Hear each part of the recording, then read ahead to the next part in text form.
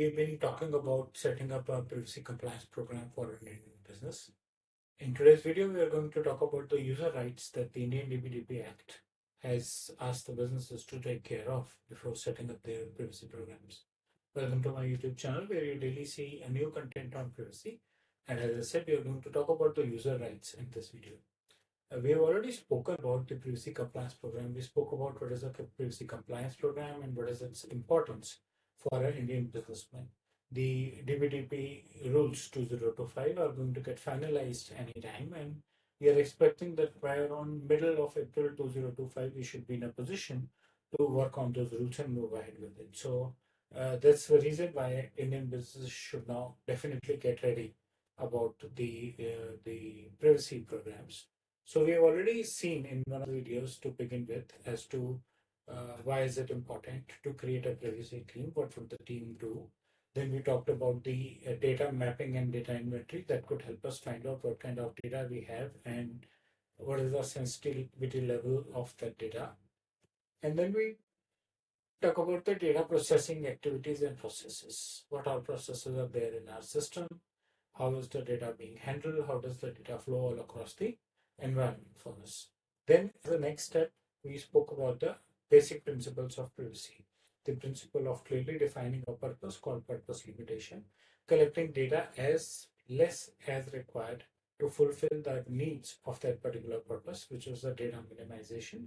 Collect data only with the consent, let the people know the clear purpose and the way we are going to process the data so that the consent is well informed and well obtained, and then publish the procedures and customer commitment to internal team with respect to privacy policies and to the external world in sense of privacy notices. And we got into details of which in the previous video. Now in this video, we are going to talk only about the user rights. The next step, you have to take care that whatever procedures and policies you have decided should take care of the rights of the individual users. For example, to begin with, right to access information. So at any point in time, if a user thinks, I want to know what information do you have on my behalf, right?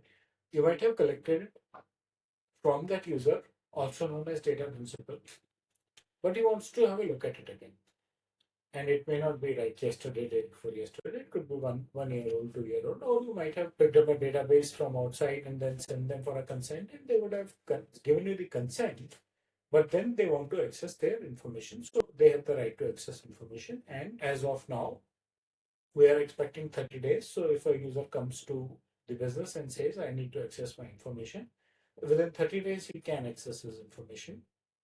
If he thinks his information is not appropriate or there are changes, he has the right to get it corrected and right to get the information erased out of the business system. If he needs to carry his information to some other service provider, there is the right to data portability. The complete details are not yet available, but generally the right to data portability means that the business has the obligation of providing you your data in a computer readable format, could be a PDF file or any other format, so that you can pick it up as it is and take it to another service provider for portability, and that service provider can use that data as required. Right to be informed if there are any changes in the processes or any kind of activity, then the user has the right to be informed that there's a change. Right to withdraw the consent, the user can withdraw his consent as and when he thinks it's appropriate for him to withdraw the consent. Very simple. User can immediately withdraw the consent. So that means that the consent that we talked of yesterday needs to be, and like with respect to consent, as we spoke yesterday also, it's like saying that the consent should be granular. So for each and every service, you should define that I'm collecting this information to provide you this service and I need your consent that you need this service. And then finally, the right to grant redressal. If the user is not satisfied, he has the right to come back to you and complain.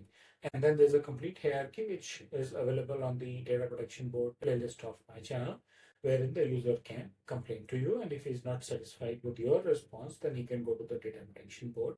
And if he's not satisfied with the board, then he can follow the judicial system.